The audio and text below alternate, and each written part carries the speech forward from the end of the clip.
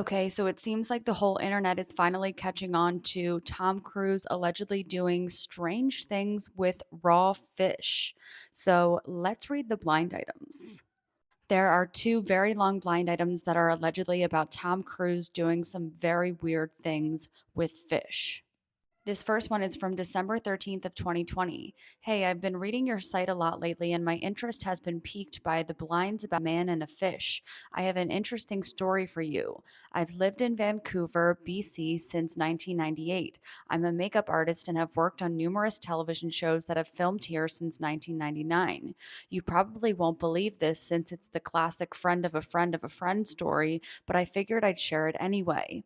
In the year 2000, I got work in the makeup department for a show. My supervisor was a woman with whom I formed a close friendship. Even years after the show ended, we would text and Facebook message one another almost every day. So in early 2011, she sent me the most hilarious and bizarre text about something her cousin supposedly witnessed. Her cousin, who passed in 2015 in a car crash, was a celeb chaser.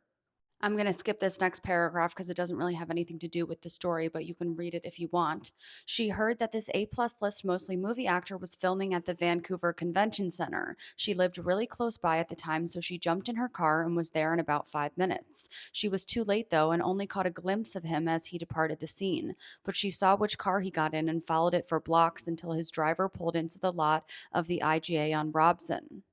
Apparently, the actor waited in the car and the driver got out and went into the store. There was somebody else who remained in the car with the actor, but she wasn't sure who it was, probably a bodyguard. Apparently, the actor looked anxious in the car. He was like sort of bouncing up and down in his seat. The driver came back with only a white paper package in his hand, which he started unwrapping before he even got the door open. It was some sort of whole fish. Our actor rolled his window down just far enough to grab the fish, but she was unable to see what he did with it because the driver got in and quickly sped out of the parking lot. I thought my friend was totally bullshitting me, but the blinds I've been reading lately have really made me start to wonder if she was telling the truth. This second blind item is from December 8th of 2020 and reads, this tipster didn't identify if it was our actor or not, so this could just be some random person who has a thing for fish.